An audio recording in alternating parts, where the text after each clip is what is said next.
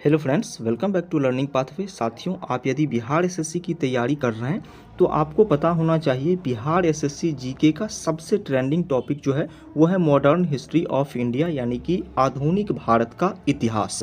और इस टॉपिक की सीरीज हमने आप सभी बच्चों के लिए ही लाए हैं जो बिहार एसएससी की तैयारी कर रहे हैं, क्योंकि बिहार एसएससी में मॉडर्न हिस्ट्री से जो है 15 से 16 नंबर्स के यानी कि मार्क्स के क्वेश्चन आपसे पूछे जाएंगे। इस सीरीज को बिल्कुल आपको कंप्लीट कर लेनी है और निश्चिंत हो जाना है इस टॉपिक से। तो चलिए प्यारे बच्चों, आपको बता दें कि टोटल जो है 600 से भी अधिक क्वेश्चन हमने इस सीरीज में सिलेक्ट किए हैं, जो बिल्कुल छोटे छोटे से क्लास में हम आपको प्रोवाइड कराएंगे। आप यदि इस सीरीज को कंप्लीट कर लेते हैं तो आप कोई भी एग्जाम दे, एक भी क्वेश्चन आपके एग्जाम में यदि आएगा तो आप उसको छोड़ेंगे ही नहीं। सीरीज का फर्स्ट क्लास है, आज से हम शुरुआत कर रहे हैं। तो बिल्कुल आप सभी बच्चे यदि सोए हुए हैं तो जग जाइए, तैयारी को बिल्कुल मजबूत कीजिए और सभी क्वेश्चन को इस तरीके से देखेंगे, डिटेल में चर्चा करते जाएंगे, ताकि एक भी क्वेश्चन में आप बोर ना हो। आप यदि लर्निंग पाथवे से पहली बार जुड़े हैं तो आप सब्सक्राइब कर सकते हैं, बेल आइकन को प्रेस कर सकते हैं। फेसबुक पेज पर आप यदि देख रहे हैं हमें तो फेसबुक पेज को लाइक कर देंगे। तो आइए आज के क्लास को स्टार्ट करते हैं। और फर्स्ट क्वेश्चन जो आपके सामने है, इस क्वेश्चन में आपसे पूछा जा रहा है कि भूदान आंदोलन किसने प्रारंभ किया था। भूदान आंदोलन किसने प्रारंभ किया था। चलिए भूदान आंदोलन की बात करेंगे हम। तो भूदान आंदोलन जो है ये एक भूमि सुधार आंदोलन था, स्वैच्छिक भूमि सुधार आंदोलन भी हम इसको कह सकते हैं। और इसकी शुरुआत कब हुई थी? तो इसकी शुरुआत हुई थी 1951 में, यानी कि 1951 में ये आंदोलन शुरू हुआ था। अब हम बात कर लेते हैं कि इसको प्रारंभ किसने किया था। तो इसको प्रारंभ करने वाले व्यक्ति जो थे उनका नाम था जयप्रकाश नारायण। जयप्रकाश नारायण के बारे में आप सभी बच्चों को बिल्कुल पता होगा। लोकनायक जयप्रकाश नारायण जो हैं ये बिहार से ही थे। तो चलिए यहाँ पर बिल्कुल करेक्ट आंसर आपका होगा ए। तो आपने ए आंसर किया है तो अच्छी बात है, नहीं किया है तो यहाँ से आप सीख लीजिए। चलिए दूसरे नंबर क्वेश्चन की बात करेंगे। और क्वेश्चन आपको इस तरीके से मिलेगा, अधिकतर क्वेश्चन जो होगा वो बिहार को रिलेट करेगा, क्योंकि ये एग्ज़ाम जो है बिहार का है और इसी तरीके के क्वेश्चन आपके एग्जाम में पूछे भी जाते हैं। दूसरा नंबर क्वेश्चन है, आनंद मठ के लेखक कौन थे। आनंद मठ के लेखक कौन थे, ये बातें आपको बतानी है। आनंद मठ जो है ये क्या है? आनंद मठ जो है ये एक उपन्यास है, नॉवेल है। और ये जो है किसके द्वारा लिखा गया है? तो ये लिखा गया है बंकिम चंद्र चटर्जी के द्वारा। 1882 में लिखा गया था। 1882 में जो है ये आनंद मठ नामक जो है नॉवेल लिखा गया था। और आपको बता दें कि नॉवेल जो है पहले इंडिया में लिखा उखा नहीं जाता था। ये नॉवेल जो है ये पूरे एशिया का सबसे पहला नॉवेल है। तो आपसे यदि कोई पूछ ले कि एशिया का सबसे पहला नॉवेल कौन सा है, तो आनंद मठ आप सभी बच्चों को टिक करनी है। और इसके बाद आपसे इस तरीके से भी क्वेश्चन पूछे जा सकते हैं कि गैर यूरोपीय सबसे पहला नॉवल, तो वो भी यही है, आनंद मठ।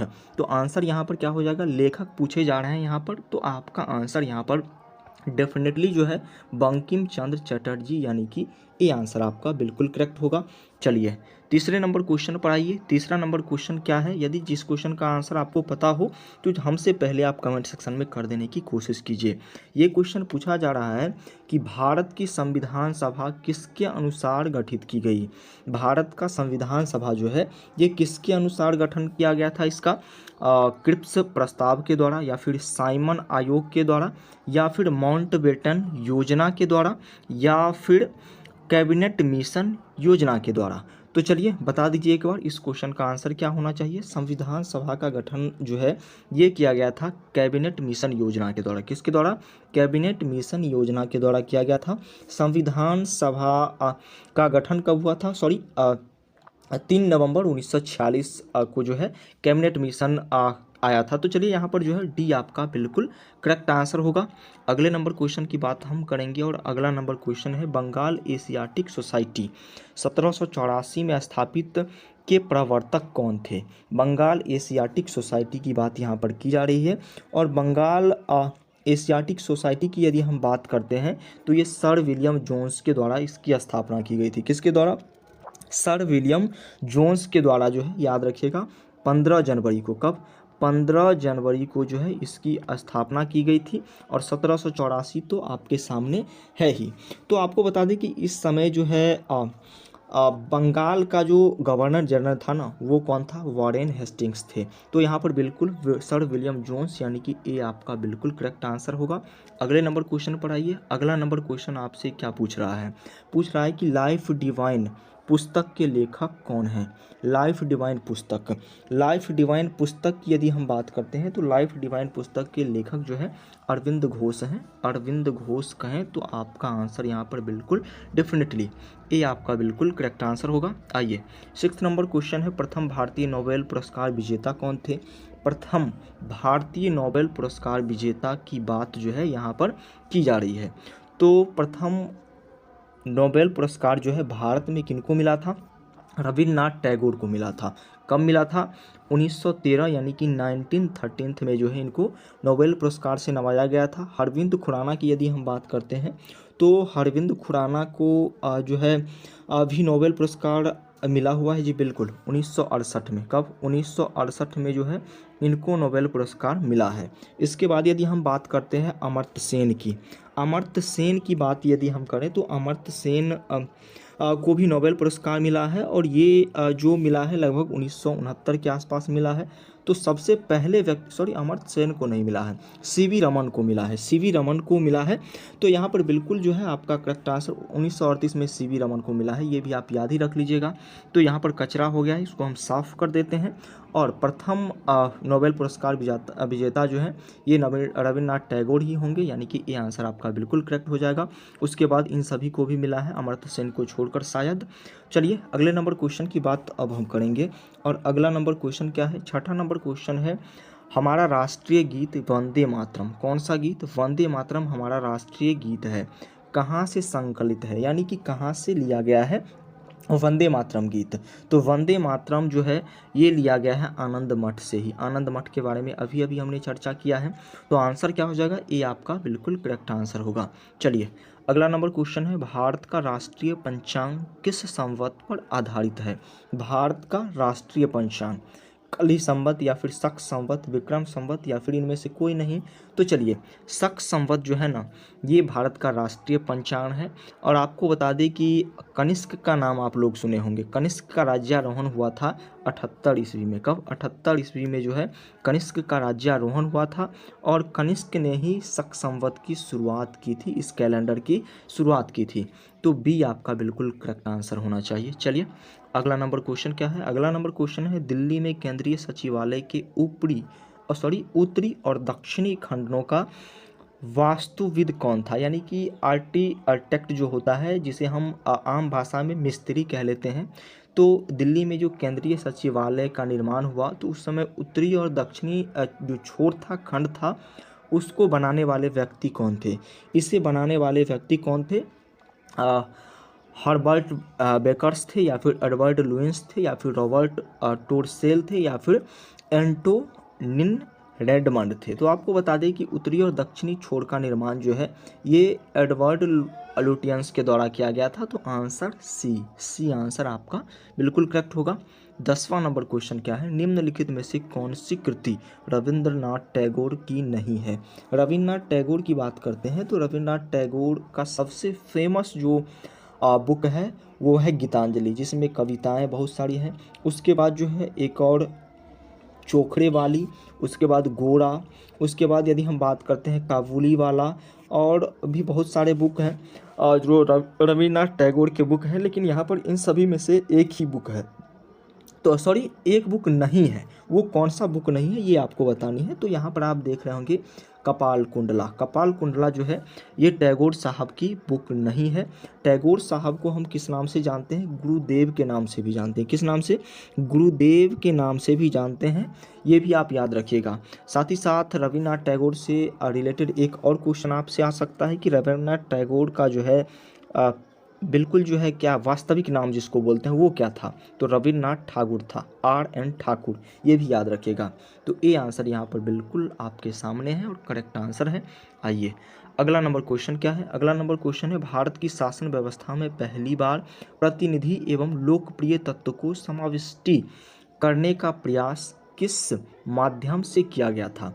भारत की शासन व्यवस्था में पहली बार प्रतिनिधि एवं लोकप्रिय तत्व को सम्मिलित करने का प्रयास जो है ये किस माध्यम से किया गया था, ये आपको बतानी है। 11वें नंबर क्वेश्चन की बात यहाँ पर की जा रही है। और 11वें नंबर क्वेश्चन में जो है 1892 का भारतीय परिषद अधिनियम, ज़्यादा टाइम लेंगे नहीं, इसी के तहत जो है ये चीज़ें की गई थी। तो ये आंसर आपका बिल्कुल करेक्ट होगा। आइए अब बढ़ते हैं अगले नंबर क्वेश्चन पर। ये क्वेश्चन है कि किस गवर्नर जनरल के कार्यकाल के दौरान 1921 ईस्वी में कोलकाता में विक्टोरिया मेमोरियल हॉल का काम पूरा किया गया। कौन से जो है गवर्नर जनरल थे, तो आपको बता दें कि उस टाइम जो है गवर्नर जनरल थे रीडिंग। कौन थे? रीडिंग जो है गवर्नर जनरल थे। एक बात और आपको याद रखनी है इस टाउन हॉल के बारे में। इस टाउन हॉल के बारे में आपको बातें ये याद रखनी है कि ये जो टाउन हॉल है इसकी स्थापना तो की गई, सही बात है, लेकिन ये किसको डेडिकेटेड था? तो क्वीन विक्टोरिया के लिए जो है ये बनाया गया था, उन्हीं को डेडिकेशन के लिए बनाया गया था। रीडिंग आपका बिल्कुल करेक्ट आंसर होगा। आइए अगला नंबर क्वेश्चन जो है 13th नंबर क्वेश्चन है, नई दिल्ली शहर के रूपांकन में कौन शामिल था? नई दिल्ली शहर के रूपांकन में जो है कौन शामिल था, ये आपको बताना है। तो नई दिल्ली शहर के रूपांकन की बात यहाँ पर की जा रही है 13वें नंबर क्वेश्चन में। और 13वें नंबर क्वेश्चन का आंसर जो हो जाएगा एडवर्ड ल्यूट्रियंस और एडवर्ड बेकर, ये दो नाम जो है इनके लिए बिल्कुल करेक्ट है और ये आंसर आपका बिल्कुल करेक्ट होगा। चलिए अगले नंबर क्वेश्चन पर आइए। अगला नंबर क्वेश्चन है, किसने 1898 ईस्वी में बनारस में सेंट्रल हिंदू कॉलेज स्थापित किया था, जो बाद में बनारस हिंदू विश्वविद्यालय का केंद्र बन गया? देखिए पहले जो है BHU का नाम जो है बनारस हिंदू कॉलेज था, लेकिन बाद में ये क्या बन गया? बनारस हिंदू यूनिवर्सिटी बन गया। तो चलिए यहाँ पर 1898 में जो है बनारस सेंट्रल हिंदू कॉलेज की स्थापना की गई थी एनी बेसेंट के द्वारा। किन के द्वारा? एनी बेसेंट के द्वारा किया गया था। और बाद में मदन मोहन मालवीय के द्वारा जो है बनारस हिंदू विश्वविद्यालय की स्थापना की गई, इसी को डेवलप किया गया। तो सी आंसर फिलहाल बिल्कुल करेक्ट होना चाहिए आपका। अगला नंबर क्वेश्चन क्या है, भारत के राष्ट्रीय ध्वज का डिजाइन किसने तैयार किया? भारत का राष्ट्रीय ध्वज जो है पहले इसमें चक्र वक्र वगैरह वगैरह नहीं था, बाद में ये सारी डिजाइनें की गई है जब हम एस्टेब्लिश्ड हुए। तो यहाँ पर जो है राष्ट्रीय ध्वज यानी कि हमारे तिरंगा का डिजाइन किसके द्वारा तैयार किया गया था? पिंगली वेंकैया। किसके द्वारा? पिंगली वेंकैया, ये आप याद रखिएगा। डी ऑप्शन आपका बिल्कुल करेक्ट आंसर ही था। आइए अगला नंबर क्वेश्चन है, देवदास उपन्यास के रचनाकार कौन है? देवदास उपन्यास के रचनाकार कौन है, ये आपको बताना है। देवदास उपन्यास की रचनाकार की यदि हम बात करते हैं तो शरत चंद्र चट्टोपाध्याय हैं, या फिर मैथिली शरण गुप्त है, फणीश्वरनाथ रेणु है, या फिर प्रेमचंद हैं। तो यहाँ पर बिल्कुल इस क्वेश्चन के लिए आंसर देवदास एक मूवी भी है, काफ़ी अच्छा मूवी है, हमने भी 3-4 बार देखा है और आपने भी देखा होगा। तो फिलहाल आंसर यहाँ पर ए होगा। चलिए अगला नंबर क्वेश्चन है, चित्रा उपन्यास किसके द्वारा लिखा गया है? चित्रा उपन्यास की यदि हम बात करते हैं तो ये रविन्द्रनाथ टैगोर जी की रचना है। किसकी रचना है? रविन्द्रनाथ टैगोर जी की रचना है चित्रा। किनकी? रविन्द्रनाथ टैगोर जी की रचना है चित्रा। तो यहाँ पर चित्रा के लिए आपका आंसर जो होगा वो बी आंसर बिल्कुल सही होगा। आइए अब हम बढ़ते हैं अगले नंबर क्वेश्चन पर, और ये क्वेश्चन आपसे पूछ रहा है प्रेम पचीसी के रचनाकार है। वाह वाह, क्या क्वेश्चन है! प्रेम पचीसी के रचनाकार कौन है? प्रेम पचीसी की बात यहाँ पर यदि हम करते हैं तो प्रेम पचीसी जो है ये मुंशी प्रेमचंद की रचना है, ये सबसे पहले आप जान लीजिए। दूसरी बात कि ये प्रेम पचीसी जो है ये पब्लिश कब किया गया? तो ये 1914 में 1914 में जो है ये पब्लिश किया गया था, यानी कि प्रकाशन किया गया था। अब ये प्रेम पचीसी है क्या? तो ये जो है कलेक्शन है। किसका कलेक्शन है? ये बुक है और इसमें जो है कलेक्ट किए गए हैं बहुत सारे स्टोरी, लगभग 25 स्टोरी हैं। तो 25 स्टोरी इसमें प्रेम पचीसी में कलेक्ट किए गए हैं। तो यहाँ पर बिल्कुल करेक्ट आंसर जो हो जाएगा, और इसलिए इसका नाम प्रेम पचीसी भी है। तो बिल्कुल करेक्ट आंसर जो है प्रेमचंद होनी चाहिए। प्रेमचंद आपने आंसर किया है तो अच्छी बात है, नहीं किया है तो लीजिए हम ही कर देते हैं, सी आपका बिल्कुल करेक्ट आंसर होगा। अब आइए अगले नंबर क्वेश्चन पर आ गए। अगला नंबर क्वेश्चन है, क्षुधित पाषाण हंगरी स्टोन के रचयिता कौन है? हंगरी स्टोन यानी कि क्षुधित पाषाण, ये जो है एक शॉर्ट स्टोरी है, बंगाली शॉर्ट स्टोरी है हंगरी स्टोन। अब इसके रचनाकार कौन है? तो इसके रचनाकार रविन्द्रनाथ टैगोर ही हैं। बंगाली जैसे ही हम बोले तो आप बिल्कुल रविन्द्रनाथ टैगोर की ही अधिकतर रचना बंगाली है, तो बी आपका बिल्कुल करेक्ट आंसर होगा। आगे बढ़ें और अगले नंबर क्वेश्चन को आप यदि देखेंगे तो विश्व इतिहास की झलक ग्लिम्स ऑफ वर्ल्ड हिस्ट्री की रचयिता कौन है? विश्व इतिहास की झलक, विश्व इतिहास की झलक बुक जो है इसके रचनाकार कौन है? महात्मा गांधी हैं, जवाहरलाल नेहरू हैं, लियो टॉल्स्टॉय हैं, या फिर इनमें से कोई नहीं है? ये आंसर आप बताएंगे तो जल्द से जल्द आप सभी बच्चों की तरफ से आंसर जो है आना चाहिए। तो इस क्वेश्चन का आंसर जो है आप सभी बच्चों ने यदि बी किया है तो बिल्कुल आपका करेक्ट आंसर है। और आपको बता दें कि ये जो पब्लिश किया गया था, ये पब्लिश किया गया था 1934 में, तो आपका आंसर यहाँ पर बी बिल्कुल करेक्ट है। अगले नंबर क्वेश्चन पर अब हम आएंगे और अगला नंबर क्वेश्चन जो है 27 दिसंबर 1911 में पहली बार जनगण मन कहाँ पर गाई गई थी? 1911 में कहाँ पर जो है सबसे पहले जनगण मन गाई गई थी? तो 27 दिसंबर 1911 ये तो बिल्कुल करेक्ट है। उसके बाद गाई कहाँ गई थी? तो ये गाई गई थी कोलकाता में। कहाँ गाई गई थी?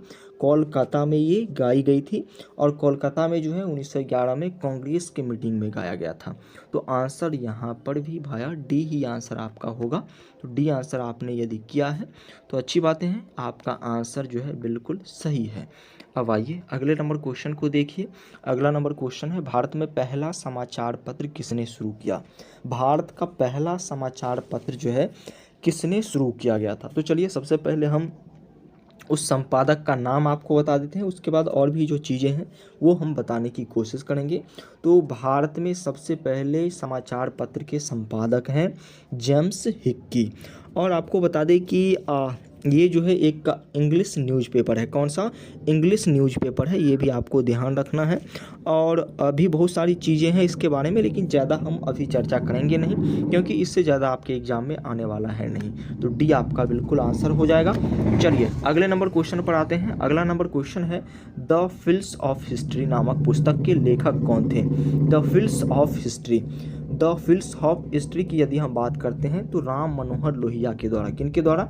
राम मनोहर लोहिया जी का बुक है द फिल्स ऑफ हिस्ट्री। ये जो है बहुत ही अच्छे समाजवादी नेता थे, दिल्ली के थे। ये आपका बिल्कुल करेक्ट आंसर हो जाएगा, राम मनोहर लोहिया। ये आंसर आपका बिल्कुल करेक्ट आंसर हो गया। चलिए अगले नंबर क्वेश्चन पर आते हैं। अगला नंबर क्वेश्चन है पोस्ट ऑफिस के लेखक कौन है? पोस्ट ऑफिस के लेखक कौन है? पोस्ट ऑफिस जो है ये एक ड्रामा है, और ये ड्रामा जो है 1924 में 1924 में जो है ये ड्रामा लिखा गया था। और आपको बता दें कि ये किनके द्वारा लिखा गया था? तो ये लिखा गया था रविन्द्रनाथ टैगोर के द्वारा। किनके द्वारा? गुरु जी के द्वारा लिखा गया था। तो आपका आंसर यहाँ पर जो होने वाला है बिल्कुल आप सभी बच्चों की तरफ से बी आंसर यदि आ रहा है तो आपका आंसर बिल्कुल करेक्ट है। अब आइए सबसे लास्ट क्वेश्चन आज के क्लास का है, और इस क्वेश्चन को भी आप अच्छी तरीके से करने की कोशिश कीजिएगा। ये क्वेश्चन है निम्नलिखित में से किसी इस्पात का चौखटा की संज्ञा दी गई है? स्टील फ्रेम की संज्ञा जो है किसको दी गई है? स्टील फ्रेम की संज्ञा किनको दी गई है? स्वराज्य पार्टी को, भारतीय राष्ट्रीय कांग्रेस को, या फिर भारतीय नागरिक सेवा यानी कि ICS को, या फिर इनमें से कोई नहीं? किसको जो है इस्पात का चौखटा यानी कि स्टील फ्रेम की संज्ञा दी गई है? तो बिल्कुल जो है ICS जो अधिकारी होते हैं ना, जो उनको जो है नेताओं के द्वारा जो है इस तरीके से नचाया जाता है, और इसलिए जो है इस्पात का चौखटा इसका नाम दिया गया है, या फिर शायद कुछ और भी वजह होंगे। तो यहाँ पर फ़िलहाल जो है आपको याद रखनी है कि स्टील फ्रेम की बात यदि आए तो भारतीय नागरिक सेवा यानी कि ICS आप सभी बच्चों को टिक करनी है, और आप यदि टिक करेंगे तो आपका आंसर यहाँ पर सीधे तौर पर हो जाएगा सी। चलिए आज के क्लास को हम यहीं पर एंड करते हैं। साथ ही साथ आपको बता दें कि आप यदि हमारे बिहार SSC के ग्रुप से जुड़ना चाहते हैं तो ये हमारा नंबर है, आप नंबर नोट कर सकते हैं 7480813736। ये व्हाट्सएप नंबर है, इस पर आप हाई लिख के भेजेंगे और आपको यहाँ से जो है उस ग्रुप में ऐड कर दिया जाएगा। तो चलिए आज के लिए इतना ही रखते हैं। क्लास कैसा लगा आप सभी बच्चे ज़रूर बताएंगे। यदि अच्छा लगा, इस सेशन से आप जुड़े रहना चाहते हैं तो लर्निंग पाथवे को फॉलो और सब्सक्राइब कर लीजिएगा।